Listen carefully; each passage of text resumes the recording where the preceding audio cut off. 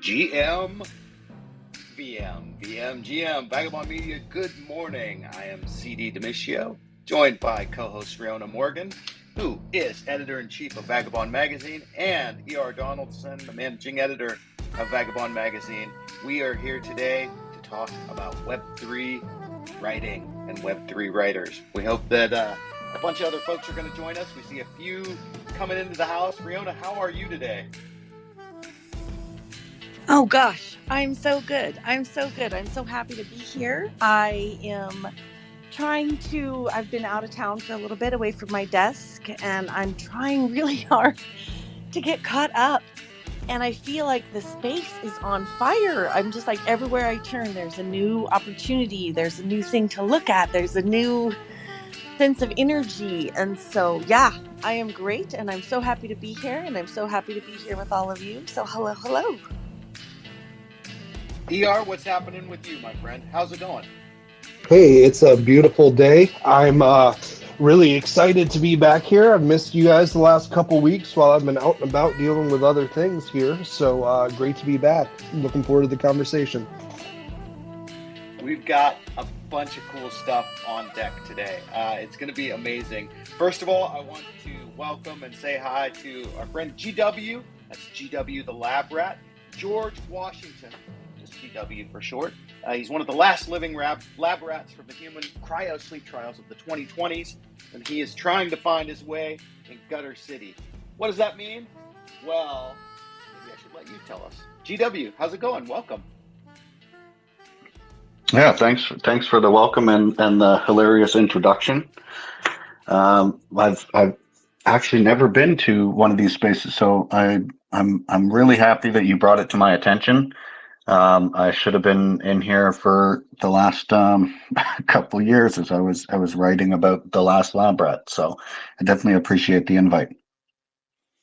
Well, to give a little bit of context here, for you and also for everyone else that's listening. So a few years ago in 2021, I think that I wrote the first novel about a PFP character, and it was the inappropriately titled "Slide Out of Uranus." That's Slide Out of the planet Uranus, who is a meta hero from Pixel Vault, and I published it all as NFTs and stuff like that.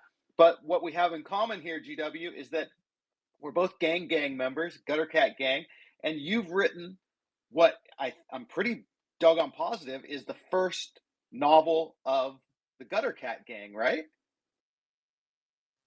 Yeah, it's definitely the first novel for the gutter, that's for sure. So I haven't heard of anybody working on anything that's related to writing outside of a few people doing like TV shows and stuff like that, which we should be seeing come out pretty soon as well, which is pretty exciting.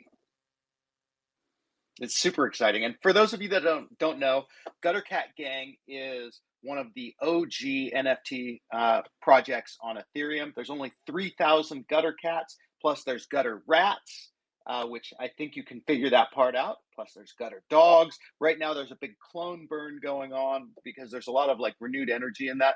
But one of the things that the reason why I invited you is because I felt like is this is like a meal for writers. Writers should be able to look at these PFPs and look at these things and these communities and create unbelievable stories. You know, the first one that I saw doing it really well was Jenkins the Ballet, who I invited on today. He said he might make it, but we'll see. Jenkins the Ballet did it with Bored Ape Yacht Club and started telling those stories, and that resulted in the Bored and Dangerous book, which just actually shipped the physical out to people just recently. But GW, your book is on Amazon, right? People can get it. That's what I want to talk about with you, actually. Yeah, I when I first started this, originally it was going to be completely Web3 based, released as NFTs, similar to what Jenkins was doing, and then have that redeemable for a physical copy. Um, but then as I got to writing the story, I really wanted it to be something that was not just for Web3. I wanted it to be accessible to everyone, um, because, as you said, like these PFPs are the perfect characters to base your stories around. So I wanted it to kind of go outside of Web3. So I decided to just release it in a traditional platform. So it is available on Amazon, on um, all of their different websites, and then it's also available through Barnes and Noble, Walmart, and then I think we're up to 80 to 90 independent bookstores across the world right now. So yeah, it's getting out there. So I can't wait to read it. I've ordered my copy, and I've stuck it up in the nest, and hopefully other people will be able to see that. But can you tell us a little bit about the story? Maybe about a little bit of like, I guess, entice us is what I'm asking. I find this to be the hardest um, question to kind of answer. I've had tons of people that have been like, "Oh, what can you tell us? What's about it?" And then I always feel like I'm going to give away so many parts of the story. But essentially, it because of the lore that was originally written for Gutter Cats, which is really just a small little blurb under each one of the NFTs. So collection. So the Gutter Cats, where obviously it's 2050. Humans have left Earth, and it's kind of left it to the cats, rats, dogs, and pigeons. So I wanted to have a little bit of an origin story to kind of build upon that. So it's mainly about the lab rat and how he gets to Gutter City. And then obviously that this is a 3-book series. So the first book was just to introduce the character, introduce the world itself, and start enticing you there's to see what is to come. Um, but yeah, I'm not very good at giving a sales pitch without kind of going into the intricacies of the story. Um, but it's very connected. Everything in the story, it moves fairly quickly. Everything in the story itself does have consequence. So there's no filler in it. If a character does something or says something, it does have a meaning. You may not notice it in the first book, but you will notice it as the story progresses in book 2 and book 3.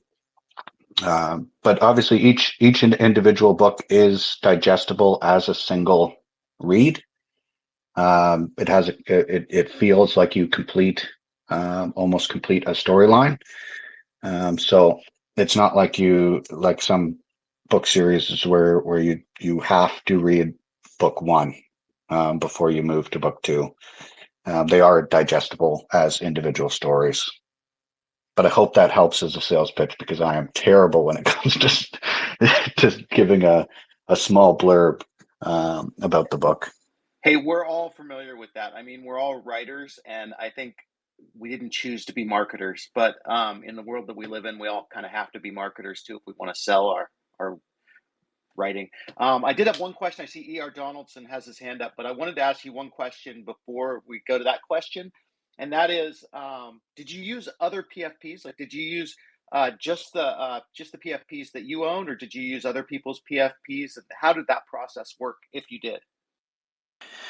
So I started this project in 2022. Really, the idea formulated in 2021. But so the core characters, I couldn't say the core characters, because there is. So to answer that, yes, I used a lot of my own PFPs, but I did include. There's one down there below. Notorious Meg, she has a fairly large role in the overall story, and is featured in book 1, along with 7 other members of the gang. Their PFPs were included. The process worked was I essentially just asked them about who their PFP would be, what do they want to see.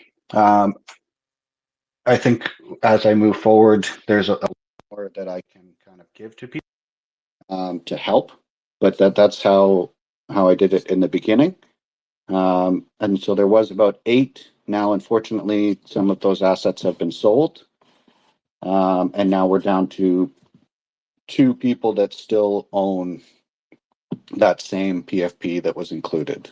Notorious Meg is one of them. Well, I've sent an invite to Notorious Meg to come up as a speaker if she wants to, but now I'm going to hand the mic to E.R. Donaldson because he's had his hand up patiently. Hey, thanks. And GW, thanks for sharing about this. I am curious, just given the ecosystem, CD had kind of alluded, even if we can't give our quick elevator speech live on air, we do have to do some marketing to get our work out in front of the eyeballs of other readers. I was wondering how, with this being a part of the Gutter ecosystem here, how did that change your approach to marketing and releasing the book?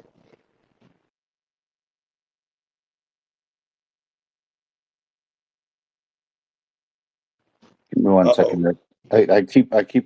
My headset keeps disconnecting and connecting. So I'm trying to, I'll just use it from my phone. So I hope that the mic picks it up okay. Yeah, you sound fine. When it comes to the marketing side of it, unfortunately, the Gutter Cat Gang has gone through 3 different ownership teams. So I've had to be very nimble with how I've gone about marketing it. And a lot of my marketing has been outside of Web3, strictly for the fact of I was unsure of where the project was going and what support I would end up getting from the project itself. So I don't know if that answers your question, but I have not been able to rely on the project owners or anything like that for marketing of said project. Okay, all right, and that's fair.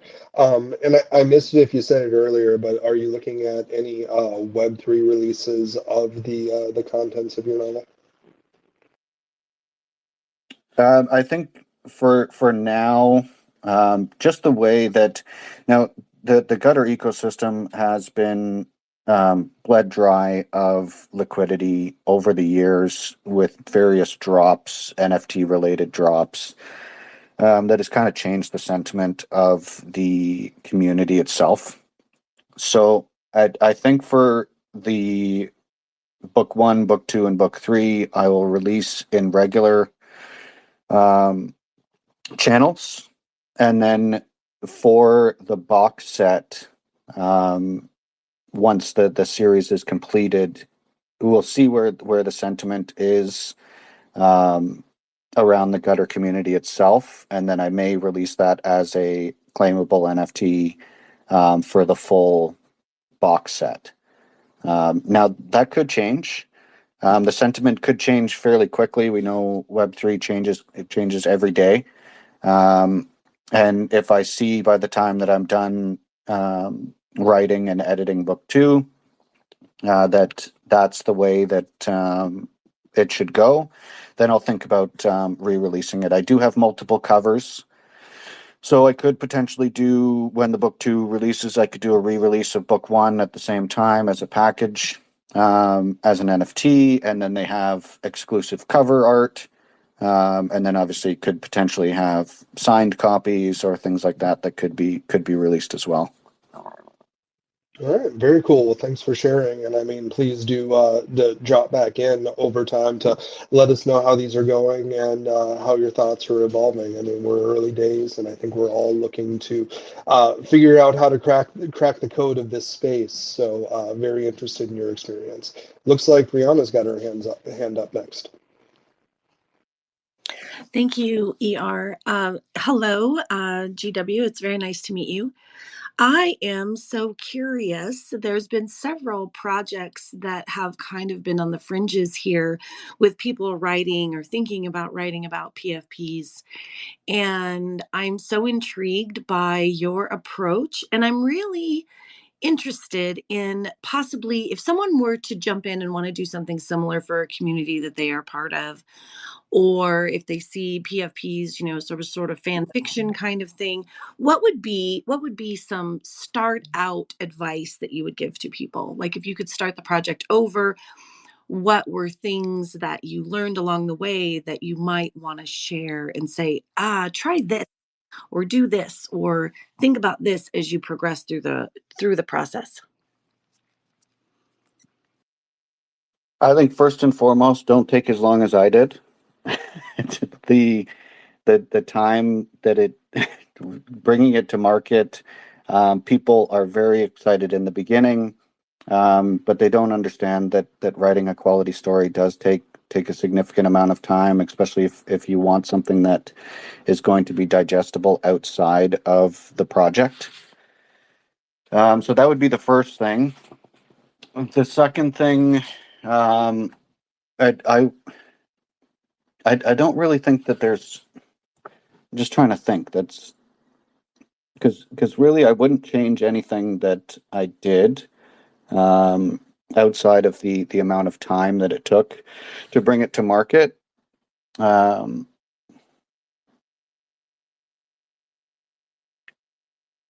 I think probably the other thing that I would say is find a project that the founders themselves are looking to expand their lore, because then you might have an easier way of finding support.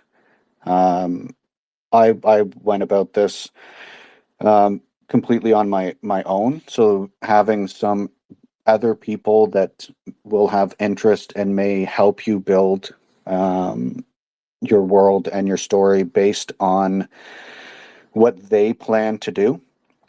I was fairly lucky that everything that I had on my storyboard um, seemed to start to happen within the Gutter ecosystem, anyways, which was very surprising. So I doubt that's lightning in a in a bottle. That's not going to happen again.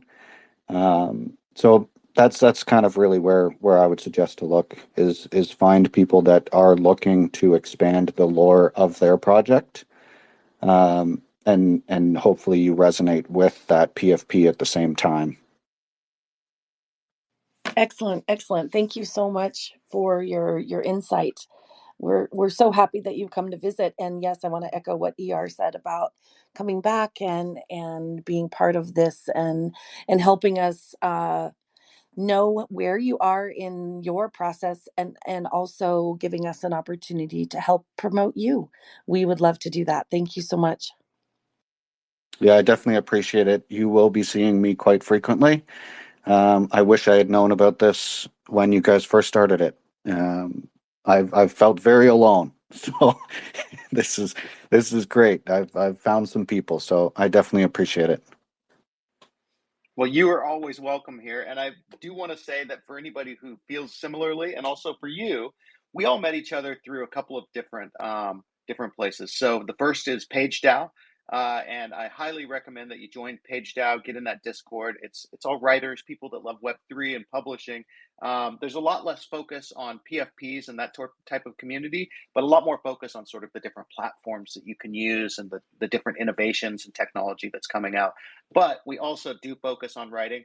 The other one is, of course, Vagobond magazine, which we are the first magazine that's readable as an NFT on platform. So that's kind of our claim to fame, and we've been doing a lot of this stuff. And I've been really deep in NFT communities and writing about PFPs.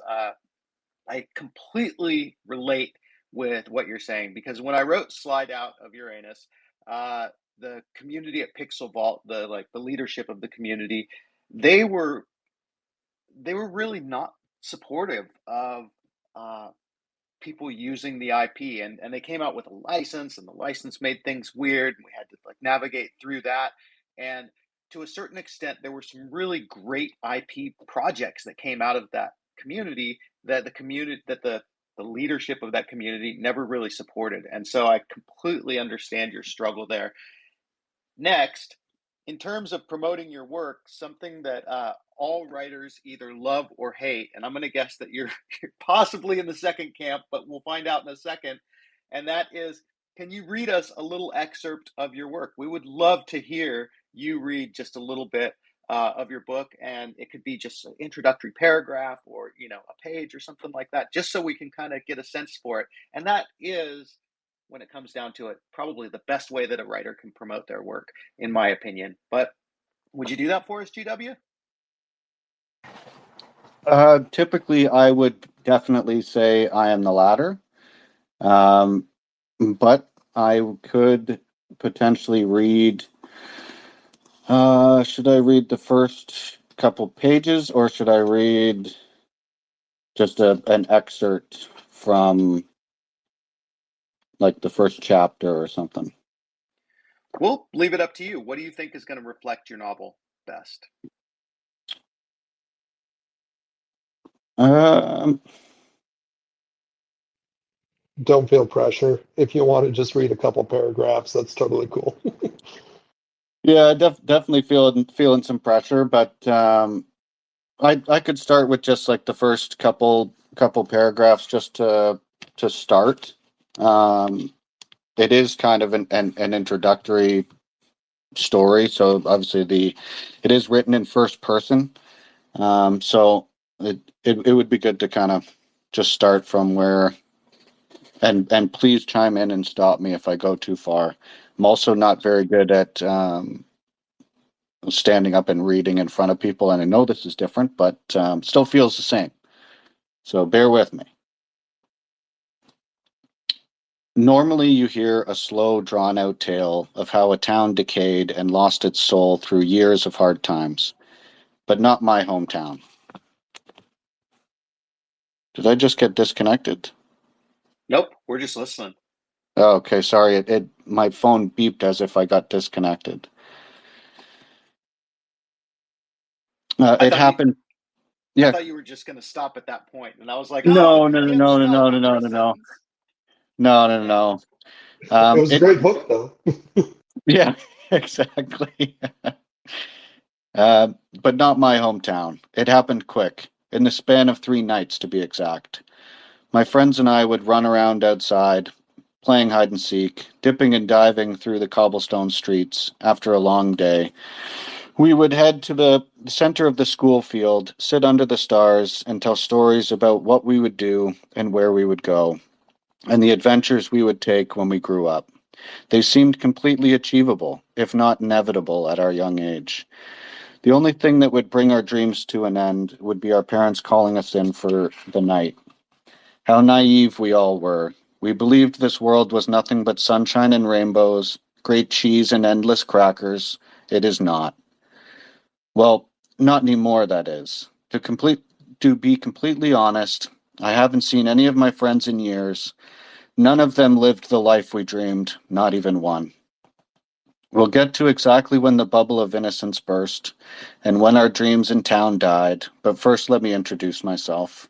My name is George Washington, but everyone calls me GW. I was named after the wisest man in town, my father. He passed when I was very young, but all the old timers used to tell me how much they looked up to him. He was the head of police and at an early age had come across the Great Pond and helped turn my hometown from a lawless small town into the safe and fun-loving community of Tales Falls. The townsfolk even built a statue for him. It once stood in the town square, and on my way home from stargazing with friends, I would stop and tell him about how I would make him proud and keep his legacy alive by keeping everyone of our friends and family, especially Mum, safe. I failed him, I failed everyone. Our little town housed a small 250 of us, mostly families that have lived here for 3 generations or more, with only the occasional traveler stopping through for a day or two a year. Although none of them stayed long, and I had always assumed it was because it was tough to be an outsider in such a small knit community, I would later find out that they would be cast out for one reason or another. The last person who was able to break that barrier and stay long term was my father, and that was some 20 years ago. Tales Falls got its name from the large waterfall at the west edge of town. It was fed by a great pond that my father said was so wide that he'd only just made it across on a boat that he'd taken months to build. The tales he told were horrifying. They had godlike monsters that towered over everything, near-death feline encounters, building of his escape ship, and the treacherous journey across the great pond. He would always end them with something about being grateful for the town we had or about not taking it for granted. I regret not doing both enough. We grew up in a modest home, yet my father's craftsmanship and woodwork was unmatched. Most of the families admired it and the tale that brought him to us. Our house and our neighbors were situated on the outskirts of town to the west behind a massive rock which kept the wind out during the winter months. The family next door to us was Billy John, or BJ for short, my father's right-hand man, his beautiful wife Jolene, and their son, my childhood best friend David. BJ had saved my father's life on the night of his arrival when his boat finally succumbed to the waves and started to break apart. The tales they told of that night and their younger days over a few wobbly pops were always too big for me and David to believe. One of our favorites was about their first meeting the night my dad arrived. BJ had brought Jolene, his girlfriend at the time, for a campfire date on the shores of the Great Pond. They could see a storm brewing off in the distance and what looked to be a boat rocking across the waves. Watching it come closer, they spotted the captain, my dad, frantically trying to keep the ship together. The storm was battering the ship left and right when suddenly the waves became pond monsters, lifting the boat out of the water and breaking the ship up against the waves. Jolene spotted my dad lying unconscious on a piece of wreckage, and BJ didn't hesitate. He went diving in after him. If it hadn't been for their date, Jolene's keen eyes, or BJ risking his life swimming out to grab my father from their clutches, he would have gone over the falls, or worse yet, been eaten. I never would have existed, although we never did see any pond monsters, no matter how many times we snuck up the cliffs to try and find them. To the east of the town was supposed to be the no-go zone, but we called it the adventure zone. David and I would venture out there and play hide and seek and build forts with our friends, but we did somewhat listen. We would never go too close to the end. It was a canyon that narrowed into a black hole in the rocks, no wider than a carriage. The water from the falls would flow downhill through the town and rush down the canyon at such a pace that it always made the most devilish of noises. It would sound like there was the real pond monsters, that was where the real pond monsters lived, and David and I never dared to go there to find them. The town hall, police station, and school all surrounded the schoolyard and the park that held my father's statue. It was a quiet, small town with a closeness that was both admirable and challenging for a few young scallywags like David and myself, as everyone knew everything about us. And then it GW, goes. it's. Oh, go ahead. I'm sorry. No, I was going to say, and then it goes into that's where it starts with the last 3 nights. So that's when I it starts to pick up. I cannot wait to start reading the rest of it. I haven't started it yet. I wanted to talk with you first, and I'm super excited. I bought the Kindle version, so I don't Nice. have to wait. I don't have to wait for it to be delivered. But yeah, it sounds like the kind of town that so many of us grew up in. I wasn't expecting to relate with the lab rat so much. It was so fun, and hearing you read, you're really a great reader as well. I really enjoyed the timbre and the pitch of your voice, things like that. Yeah, I appreciate it. I did write that first chapter. Um, Basically, I wanted it to feel as if it was a human boy. You don't realize right off the hop. Obviously, you know because of the cover art and the title of the book and the description that it is a rat. But I wanted the reader to kind of almost feel like it was being attached to a human first, before you actually realize Like, I think your first clue in text form or reading form would be the line about it's not all sunshine and rainbows, great cheese and crackers, because that's not really something that a human would say. So, Well, some of us like cheese and crackers better than others of us. Hey, I saw that Odd Writings. I think you have your hand up. George, how's it going?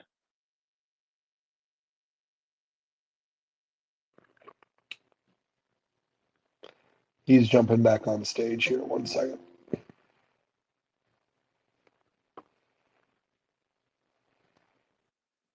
George, I think it's you. Can you speak yet? Hey, I just got rugged, but I think I just unrugged. So here I am. All right. I'm glad to see you here. You been catching some of this? Yeah, I showed up a little bit late, uh, uh, but I've been listening for I don't know about 20 minutes or so, 25 minutes. Cool stuff from GW, and yeah, just been listening in. Oh, cool. Oh, I thought I saw your hand go up, but maybe that was part of the rugging process. yeah, So, it was part of the rugging. Yeah, yeah. I did post a link. You know how when I'm using it, you guys have heard me say this a million times, but I use an Android emulator, which prevents me from putting stuff in the nest. So when I want to put something in the nest, instead I just make a comment. So if somebody there could move my comment to the nest of a poem I recently published, that would be great. hey, wait a minute. You recently published a new poem. What is it? I guess I could look in the comments, but it's better to ask you. Maybe you'll read it to us. Well, it's My Cat Breaks into Vowels. I mean, it's one that I wrote a while ago, but I've been working on the book version, and the it's kind of a mix between NFT stuff and Web 2 stuff. When I've talked about it before, but it's the ebook version is supposed to come out on May the 2nd, but the paper version on Amazon, both hardback and paper. I mean, well, soft cover is already available. But anyways, yeah, it's a word unit palindrome. It's one of my long ones, and basically it's one long poem, and then the book discusses the poem. I could read it if you want, but it's up to you. Well, you know that we will never say no to an offer like that. All right. Well, if you can click on the link, it'll help a lot if you follow along as I read it. Like go to the link and you'll see I made an NFT of just the poem itself, and if you can follow along as I read it, that'll help a lot, so you can see what I mean about the palindrome nature. Can you is that can you guys click on that link? Is it visible?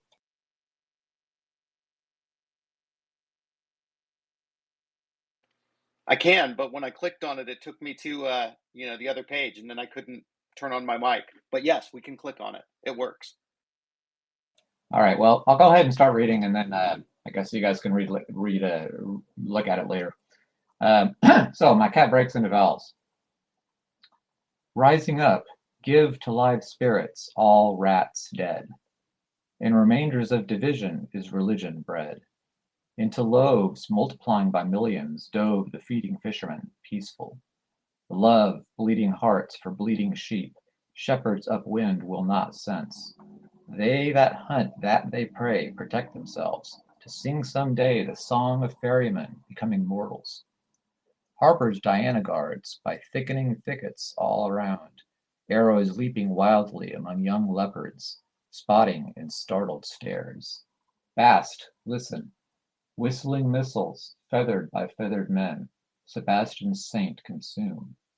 They feast, the blessed beasts remembering, there's a hyphen there, remembering, as echo west and east, and past and present mingle, that they duplicate as one single forgiving, the great fallen.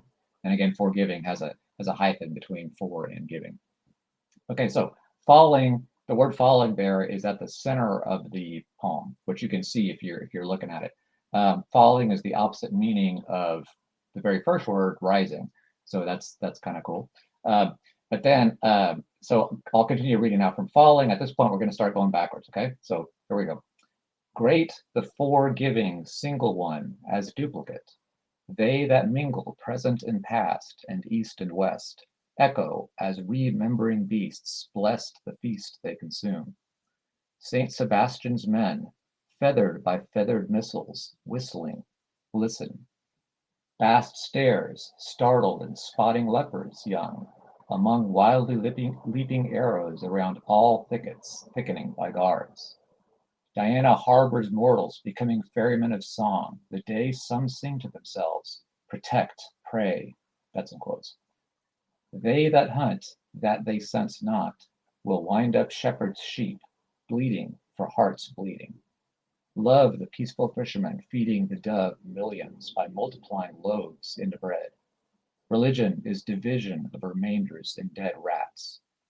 All spirits live to give up, rising.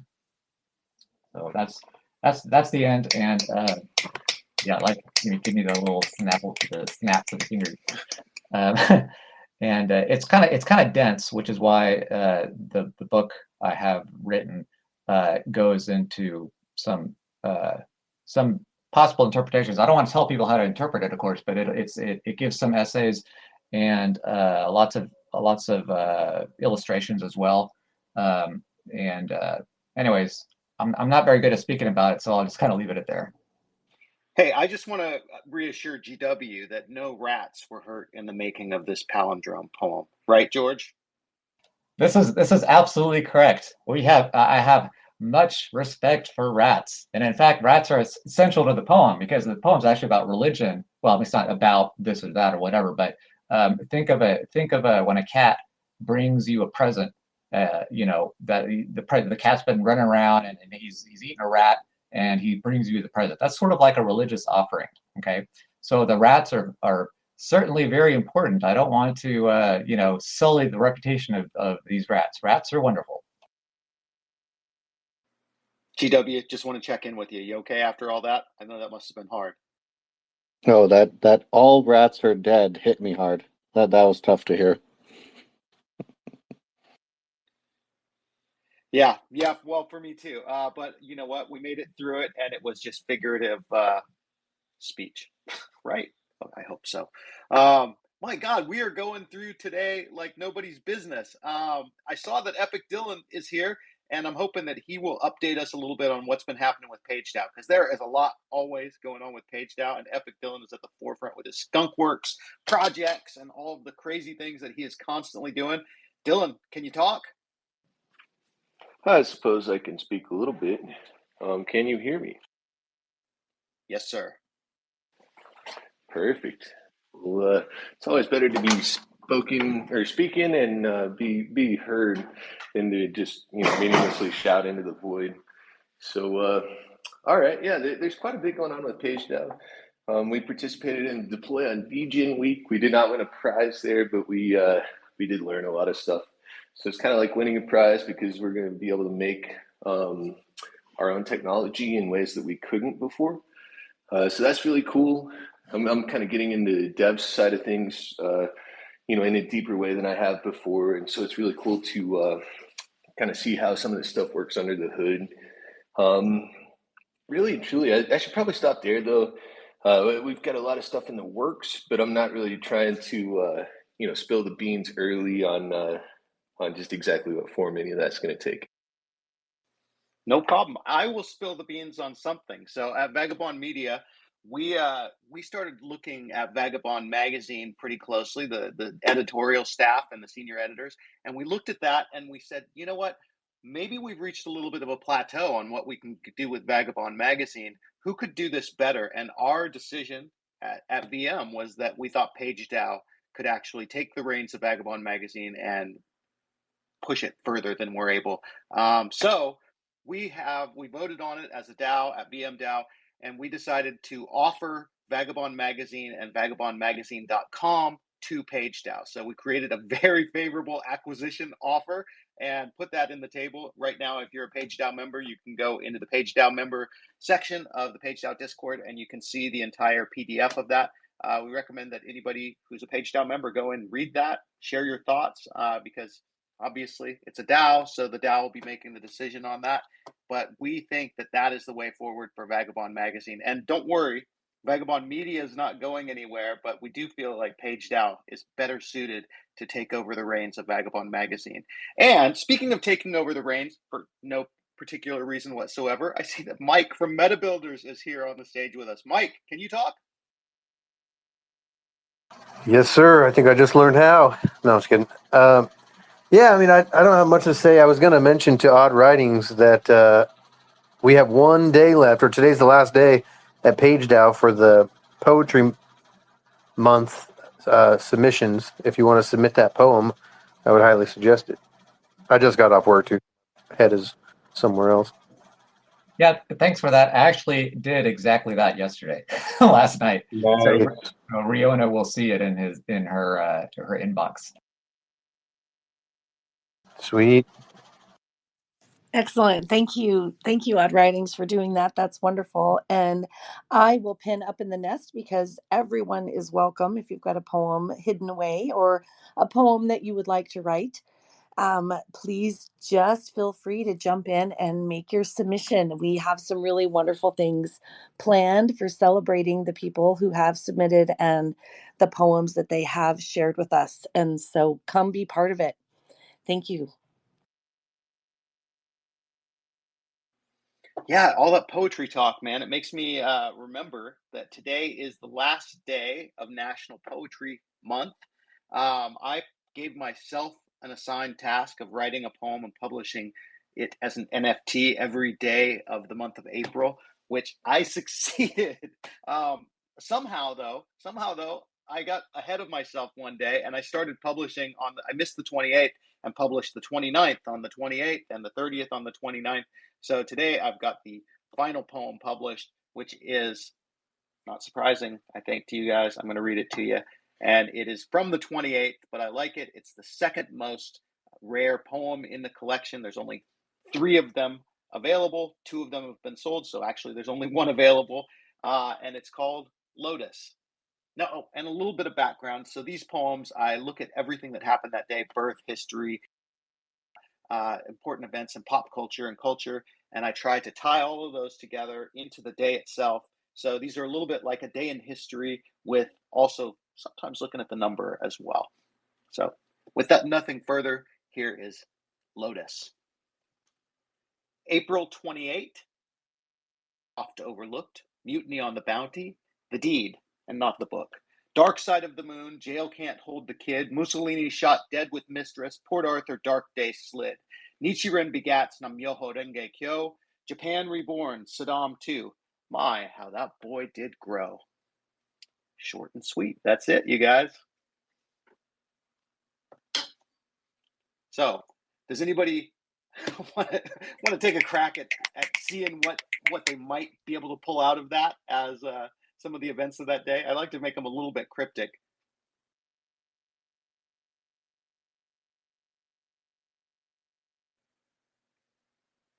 Yep, you got it.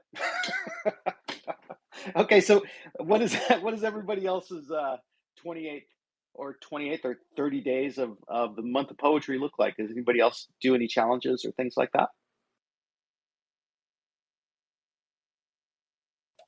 I've been writing a number of poems, but I haven't been religiously trying to do them every day.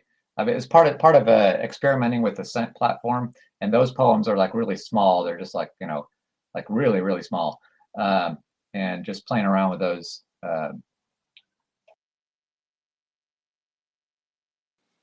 Well, if you guys didn't get the chance to collect any of my poems over the month, never fear, because I wanted to make sure that everybody got the chance. So I saved the first poem that I wrote on April 1st, which is called April Fools. I saved that to publish last, and it's the most affordable and plentiful of them all. So there's 100 copies of that at 100 points each on the Scent platform.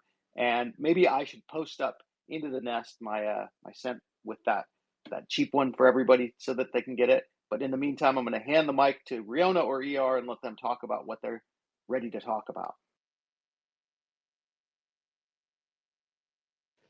Okay. Ladies first, Riona. Oh, thank you, ER. So, gosh, we have so many, so many things going on with Vagabond magazine, and I'm also a loving member at Page Dow. I'm the community lead there, and we have so many amazing things going on there. And so I just can't stress enough that if you are a writer in the Web3 space, or if you are a writer, period, please come join us at Vagabond. Please come join us at Page Dow. Every day there seems to be a new avenue or a new way to publish something or to share something or something new to explore. And so I just want to say you'll be welcomed with open arms, and we can't wait to welcome you in and help you on your journey, help you with what you're needing as a writer. And honestly, this month I've been so tied up with all this work that I haven't been able to write very much at all. Which is sad because I very much love to write, and I did write a few poems. I traveled a little bit this last month, and I did write a few poems on the airplane, but they're not shareable. And for me, poetry is really like laying my soul bare out in the world, and some things are ready to share, some things are not, and so it just sort of depends. I do have a lovely poem. If you visit my Twitter, I do have a lovely poem that is in publication, and it's out and about, and so that's a fun read if you're interested. But yeah, so we've just been working so hard to build a space for writers and readers to come, that I just want to open it up and welcome you to it. And so then, I will pass the mic to you. Sure thing. Well, I'll try not to get into too many spoilers, but I'm very excited about the next issue of Vagabond magazine. I'm sure we'll talk about that on an upcoming space. But just to give you a preview, we're doing a celebration of the T2 Friends Who Write competition. Web3 Writers Union and W3 Rebels took the first and second prize for the best teams there. And also, just related to that, I was checking my email a little bit ago. They finally sent out the earnings for the territory race. So if any of you guys participated on that, I personally was quite surprised by the amount of dollars generated from being part of some of those winning territories there. And for those of you who may not remember, the top three territories were stories, Twig Tales, our partners over at Twig Tales, and then the Friends Who Write territories. So if you were even just doing any reading over in those territories, which I hope you all were, you got a little bit of cash coming to you. So make sure you send them your Ethereum address and do it sooner rather than later, so that all of us can collect our prize money. That being said, I too have been a little shy on the writing. I've been on the road a lot for work and family matters. But I am still working on part 5 of the short story that's being published on T2, which is Crossing the Void. Parts 1 through 4 were published during the Friends Who Write competition, and then absent a deadline, I've been giving myself a little bit of a break. It's so funny. Before children, it wasn't uncommon for me to crank out 2,000 words a day, and then a little over 1,000 words a week seems like a stretch now. But that's priorities for you. So very excited to see what's going on with those platforms. If you're still active on T2, I know that Twig Tales is running their own competition. Just to encourage people to keep writing, keep reading, specifically in their territory, and there's some prize money associated with that. So if you haven't been reading what's latest on the Twig Tales territory over on T2, be sure to check that out as soon as you get the chance. That's it for me at the moment. I have some other things brewing I'm not willing to talk about quite yet, but hopefully a lot of really fun things coming out over the summer. Oh my God, those are amazing updates, you guys. So ER, can you clarify? So if you posted Twig Tales, you need to go into the Twig Discord and share there, share your address there. So the for the T2 competition, they emailed everybody and they just said, "Hey, here's your prize money earned in the territory race."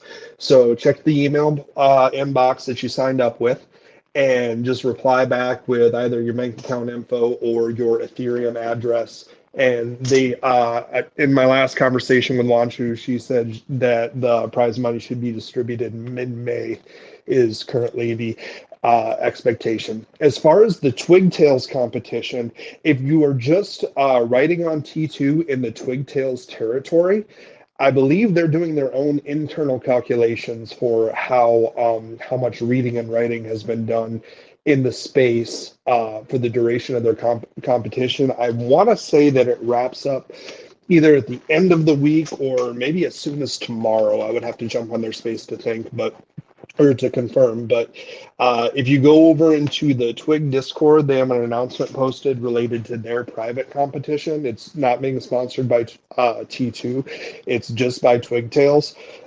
So check that out. There wasn't any requirement listed that you have to post anything in the Discord. It's just utilizing the T2 platform to help develop the community over in that space. Okay, thank you for that, for the clarification. Also, I've been looking for the prize money for the Web3 Writers Union, so I could distribute that to everybody that was on our team. And so it's good to know that that will be coming sometime in the middle of May, and I haven't missed it somewhere. Odd Writings, I see your hand. Go ahead. Yeah, I just wanted to point out for people that are listening and maybe are not familiar with T2 that the URL of that is app.t2.world. So if you can find it that way. Yeah, good call to do that. And also, we should, when we talk about the Cent platform, we're talking about cent.co. That's the Cent platform. And most of us have a Cent here. If you don't have one yet, we recommend it. We all use it. They're a lot of fun to have, and there's a lot you can do with it. All right, I want to just give a chance here. Does anybody have any contests, any updates, anything else that they would like to share before we move on to starting to close out the space? I'm actually jumping in and sharing some information from Cent. I was trying to go quick enough to get there before I knew you would say, does anybody have anything else? And so this is something that is one of those things that I talked about when we opened the space, that there are so many things going on that it's just so it almost gets a little overwhelming looking at all of the things that are out there and seeing what opportunities there are and what is an opportunity and what is not an opportunity. And I just really wanted to share a little bit about Cent because they are being so clever in how they are expanding their reach and all of the things that they are doing. So I just want to pin a way to access Cent up in the space and just say it's fun to look around and poke around and see what they're doing. And so please feel free to do that because they are doing some really great things. Thank you so much for adding that. And just to close us out, because it is the 30th of April, it is the last day. I don't suffer from not wanting to share my work. I sort of am the opposite. And so I'm going to share one more, and this is called The Fool's End, and then we'll close out the space after that. This is the last poem of the 30 days of poems that I did, and here you go. The Fool's End. 30 is the last day for Hawaiian kings and queens. Furubunker, Saigon Falls, Casey Jones train steams. Louisiana Purchase, George Washington sworn in. World Wide Web made free. Church of Satan, come on in. Ellen tells the world she's gay. Beat it, causes thirst. This is the last day of April and of my month of verse. Thank you very much, you guys. I forgot that George Washington was in there. That's so amazing. How is that? That's kismet. All right. And on that note, there was a bunch of weird stuff that happened today. I'm going to just translate this one real quickly for you. This was the day that Hawaii stopped being a kingdom where I live. And it became a territory of the United States. Sort of some ugly piece of history there. But of course, Hawaii is anything but ugly. And if you get the chance to come here, the culture lives on and there's a lot of beautiful things in it. One of those things is the sense of aloha. Aloha means hello, it means goodbye, most importantly, it means love. And it comes from the root ha, which means breath. And it means we all breathe the same breath. So we kind of have a tradition here at the Web3 Writers of closing up a space.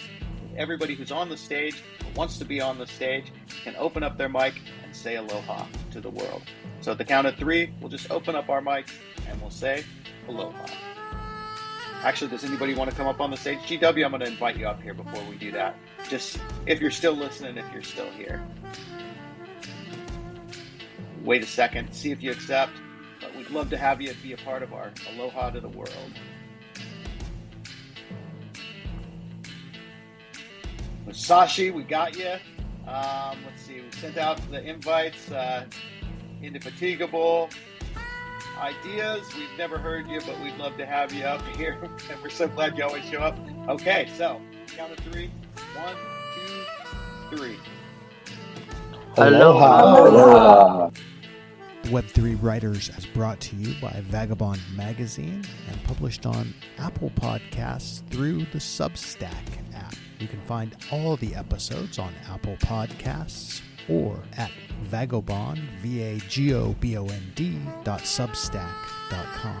Our theme music is composed by the amazingly talented Paolo Argento and brought to us courtesy of Pixabay. You can find the link in the show notes.